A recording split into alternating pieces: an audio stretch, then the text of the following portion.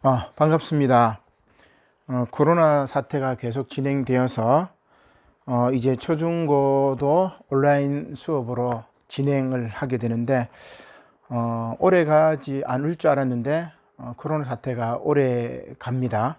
세계적으로 이제 위기인데 지난번에 말씀드린 것처럼 비포 코로나 그 다음에 애프터 디지즈 해가지고 코로나 이전과 코로나 이후의 시대가 바뀌었다 이렇게 볼 수가 있습니다.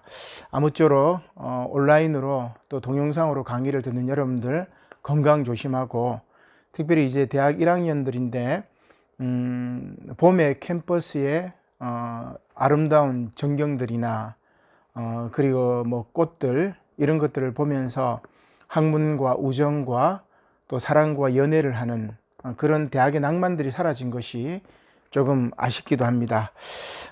오늘 수업은 네 주째인데 감정에 대한 이야기를 하려고 합니다.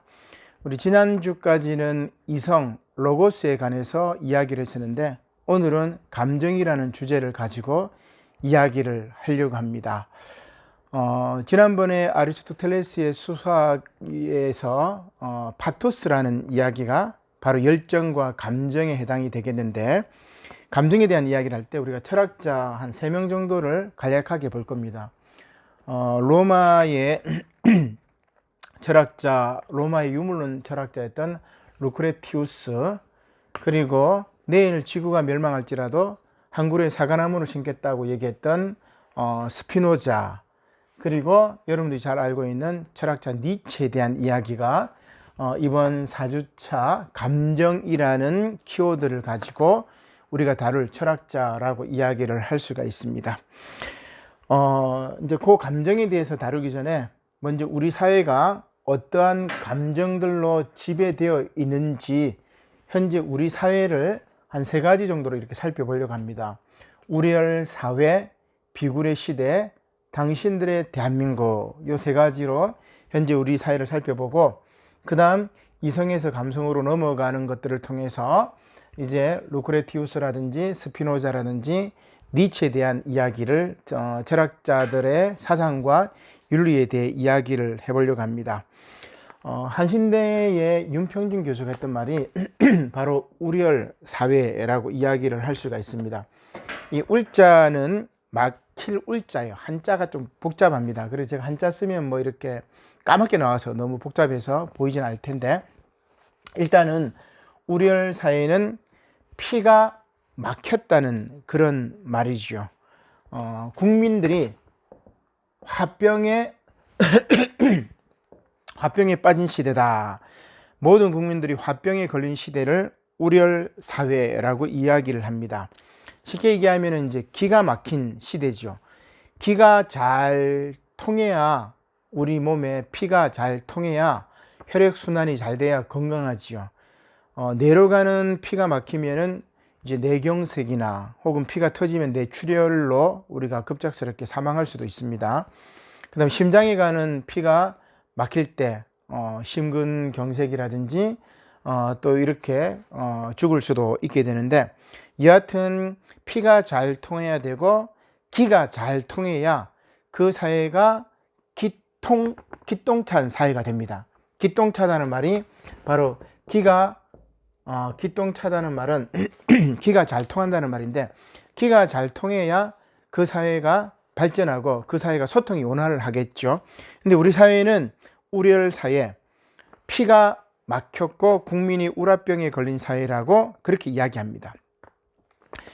사실 우리 주변을 이렇게 살펴보면은 저도 마찬가지고 쉽게 화를 내고 자기 탓이 아니라 남 탓이라고 이야기할 때가 많이 있습니다. 나아가 이제 신문 사회면 혹은 일면을 이렇게 보면은 분노를 조절하지 못해서 저지르는 증오범죄가 가득 차 있습니다. 그렇다면 이제 이러한 화병의 원인이 뭐냐? 바로 윤평준 교수가 우리열 사회를 이야기하면서 그 화병의 원인을 이야기하는 게 하나입니다. 불공정, 우리 사회의 불공정성과 부당한 대우, 이 두 가지가 바로 우리 사회를 우열 사회로 만들었다. 화병 나는 사회, 기가 막힌 사회, 피가 통하지 않는 사회로 만들었다고 그렇게 이야기를 하고 있습니다. 불공정에 대한 이제 이야기인데 이 불공정에 대한 이야기가 지금 이제 코로나19를 통해 가지고 이런 이야기가 나오죠. 뭐냐면은 부머 리무버. 부머는 베이비 부머를 뜻합니다. 우리 1955년부터 1964년도까지 태어났던 전쟁 이후에 출산율이 엄청나게 이제 많았던 시대를 베이비 부머 시대라고 이야기합니다. 이 코로나19가 베이비 부머를 리무버, 제거한다는 말이죠. 우리말로는 꼰대 제거기라고 이야기를 할 수가 있습니다. 코로나19로 인해서 이제 나이 많은 어르신들이 사망하고 또 많은 이제 사망률이 치솟으니까 젊은 세대들이 하는 말이 뭐냐면은 코로나19가 부머 리무버가 되었다, 이런 이야기합니다. 꼰대 제거기가 되었다, 그런 이야기를 하죠. 그래서 1955년부터 64년 동안 태어났던 그 세대들이 이제 55년에 태어났던 분들이 은퇴를 해요. 이제 은퇴를 하면서 은퇴 노후 자금이라든지 연금이라든지 이런 것들을 젊은 세대가 다 이제 부양해야 되는 거 아니겠어요? 근데 이 세대들의 숫자가 많기 때문에 이들을 제거해야만이 젊은 세대들이 산다. 그리고 그 원인은 뭐냐면은 그들이 만들었던 불공정한 시대, 사회, 이거에 대한 문제죠. 지금 이제 젊은 세대들, 10대들도 이런 이야기 합니다. 기성세대 어른들, 꼰대들이 만들었던 시대는 지구를 괴롭혔고, 환경을 파괴했고, 정의롭지 못한 사회, 불공정한 사회, 그리고 분배가 제대로 되지 못한 사회, 기득권을 가졌던 당신들이 만들었던 사회, 젊은이들이 죽어가고 있는 사회, 헬 조선을 만들지 않았느냐? 우리는 M4 세대가 되었다. 이런 이야기를 하면서 코로나19가 부머 리무버를 하지 않았느냐, 이런 이야기합니다. 이런 그 통계 자료를 보면은 1955년부터 64년생까지를 이제 베이비 부머라고 얘기를 하지만 한 20년간으로 늘려보겠습니다. 그러면 1974년까지 이렇게 20년간 늘려보면 이 세대에 태어난 인구가 얼마가 되냐면 1680만 명이 돼요. 이 인구는 우리나라 인구의 3분의 1 정도가 됩니다. 자, 그러면 74년생들, 이제 55년생부터 74년생까지 20년 동안 이들이 한 해 한 해 은퇴하면서 3분의 1이 나중에 은퇴를 하게 되면 그 세대들을 뒷받침하고 있는 젊은 세대들은 이제 죽어나는 거죠. 이제 이런 역피라미드 현상이 발생한다. 그래서 미래 세대에 대한 책임이 필요하지 않느냐, 뭐 이런 고민들을 합니다. 지금 이제 불공정하고 부당한 대우를 받고 있는 것, 그래서 우리 사회가 젊은 세대들이 기가 막히고 피가 막히고 우열 사회다, 이런 이야기를 하죠. 자, 반면에 젊은 세대들은 우열 사회지만 나이 든 기성세대들은 어떤 세대냐, 어떤 시대냐, 비굴의 시대라고 이야기를 할 수가 있습니다. 오슬로 대학의 노르웨이 오슬로 대학에 있는 박노자 교수가 했던 말인데, 비굴의 시대라는 이야기를 책 제목이에요. 비굴의 시대. 2014년도에 나왔던 책인데, 여기에서 우리 시대 가장 급진적이고 외회적인 지식인 박노자 교수는 지금 한국 사회를 뭐라고 얘기하냐면은 전례 없는 더러운 시대, 서로 잡아먹기를 탐내는 사회, 그렇게 말을 하고 있습니다. 사회적 연대의식은 증발하고 저마다 자신과 몇 안 되는 피부치들의 이속만을 추구하고 타자의 아픔에 대한 공감이라고는 전혀 보이지 않는 각자 도생의 시대라고 박노자 교수가 비굴의 시대에서 이야기를 합니다. 이제 2014년도에 나온 책이기 때문에 지금하고 상황은 조금 다르다고 볼 수 있지만, 아무튼 각자 도생의 시대라고 이야기를 하고 있습니다. 이제 인간이 사라져가는 곳이 바로 대한민국이며 정치적으로는 파시즘이 위세를 떨치고 있으며 우리 유신헌법이라고 박정희 대통령이 만들었던 영구 집권을 위해서 만들었던 유신헌법입니다. 유신 때보다 더한 공포를 먹고 가는 사회라고 봅니다. 이런 상황 속에서 지식인들은 어떻느냐? 사회 문제에 한사코 침묵하는 교수, 특권적 지식인의 행태와 그 지식에 관해 박노자 교수는 또 이런 이야기를 해요. 배반과 혼란의 시대, 착취 공장의 브레인, 이게 지식인 사회, 교수 사회라고 이야기를 하는 거죠. 행동으로 이어지지 못하고 체제에 편입된 지식, 이게 원래 대학의 시작, 우니베르시타스, 자유로운 개인들의 조합 공동체였는데 그 대학이 뭐예요? 체제에 편입된 그런 공장이 되어버린 거예요. 그런 공장의 착취 브레인들이 대학생이고 대학의 교수들이라, 이런 이야기죠. 그저 악의 도구, 이것을 지금 우리 사회를 비굴의 시대라고 이야기를 하는, 기성세대가 지금 비굴의 시대가 되었다, 그런 이야기입니다. 기득권층의 비리의 카르텔은 정치, 경제에서 종교 문화까지 탐욕과 착취, 만문과 거짓으로 가득 차 있다고 말하는 것이 이 비굴의 시대에 나오는 이야기입니다. 자, 이제 현재 우리 사회에 대해서 우리엘 사회의 비굴의 시대, 이 모두 다 감정에 대한 이야기죠. 감정에 대한 이야기입니다. 자, 그 다음 당신들의 대한민국이라는 책도 박노자 교수의 책입니다. 2001년도에 1권, 2006년도에 2권이 나왔던 책인데, 여기에서 박노자 교수가 뭘 이야기하냐면 한국 사회의 유령처럼 떠도는 뿌리 깊은 전 근대성에 대해서 지적을 하고 있습니다. 모더니티에 대해서 지적을 하고 있는데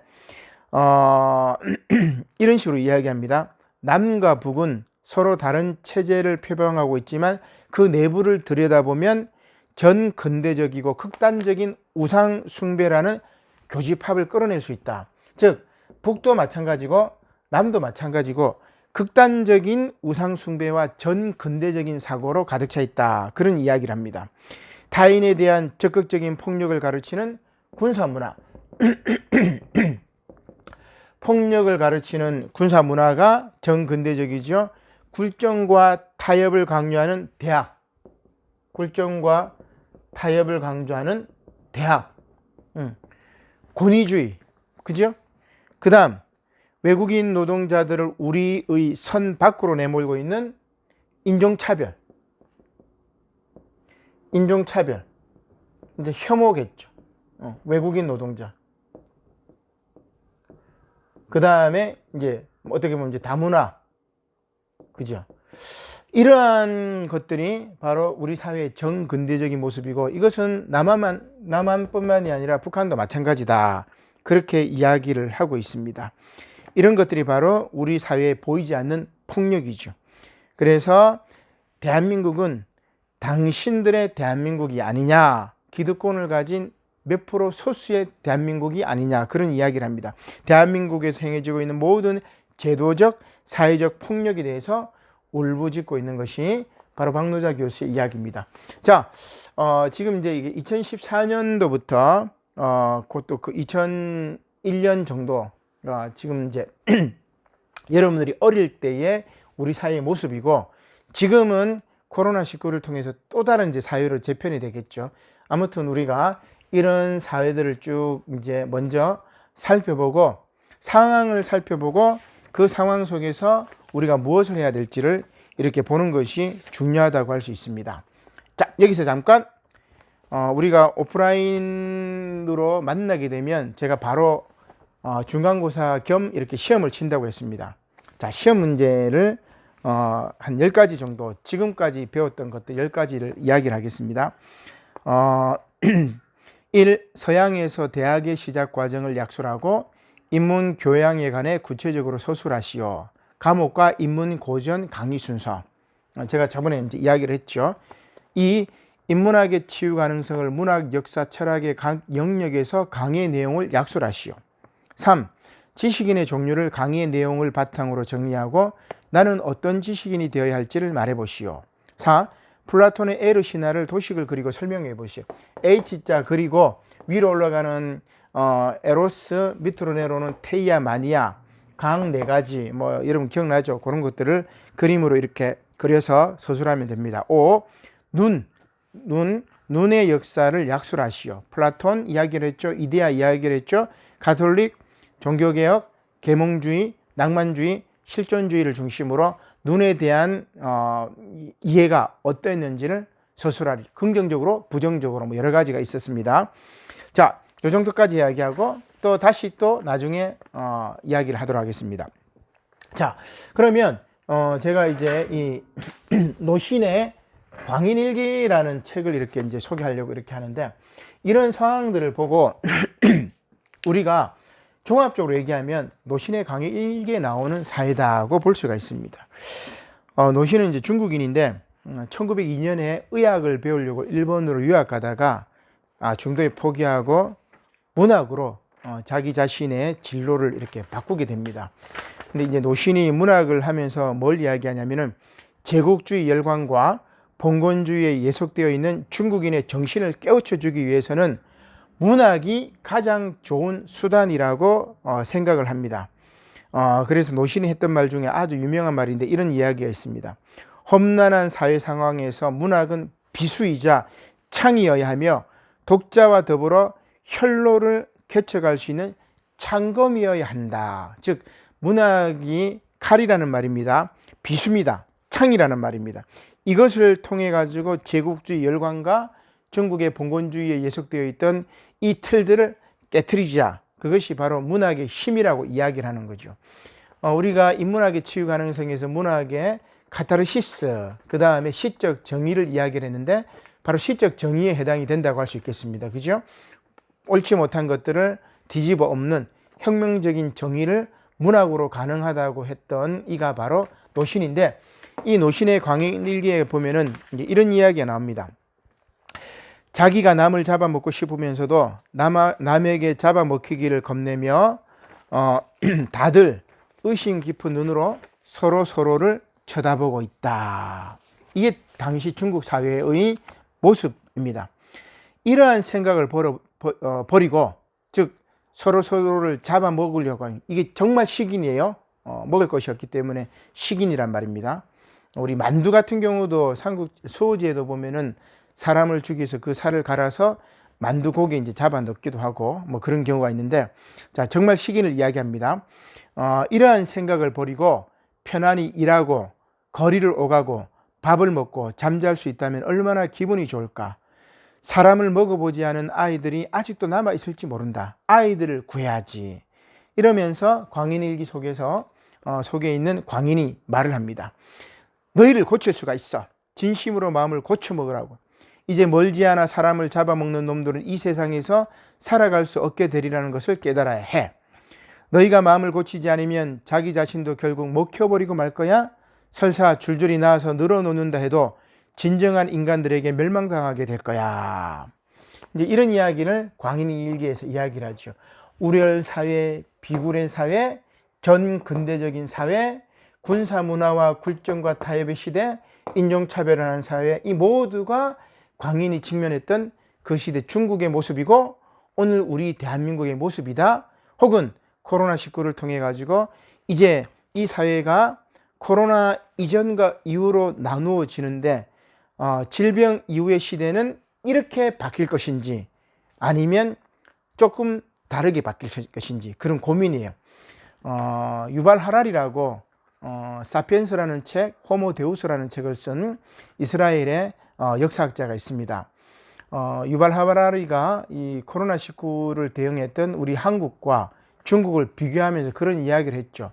중국은 전체주의적인 이 체제를 통해서 코로나19를 대응했지만 대한민국은 민주주의 체제를 통해서 이제 이 코로나19를 대응했다. 그럼 우리가 이제 인류의 미래가 갈 길이 두 가지. 전체주의적이고 획일적으로 통제를 하느냐, 민주적인 개인들을 자유롭게 내버려 두면서 서로 공감하고 연대하고 그렇게 세상을 만들어 갈 것이냐. 대한민국이 이제 그렇게 만들어 간 거 아니에요. 어떻게 보면. 자, 그래서 코로나 이후 시대가 당신들의 대한민국이 아니라 우리들의 대한민국, 비굴의 시대가 아니라 서로 함께하는 시대, 기가 막힌 사회가 아니라 기똥찬 사회가 되는 것, 이런 감정들을 느끼는 것, 이제 이런 이야기라고 할 수가 있습니다. 그래서 우리가 이제 이성적인 사회에서 감성으로 진행이 돼야 된다, 그런 이제 이야기를 결론으로 이야기를 할 수가 있겠죠. 신영복 교수, 돌아가신 고 신영복 교수가 이런 이야기를 합니다.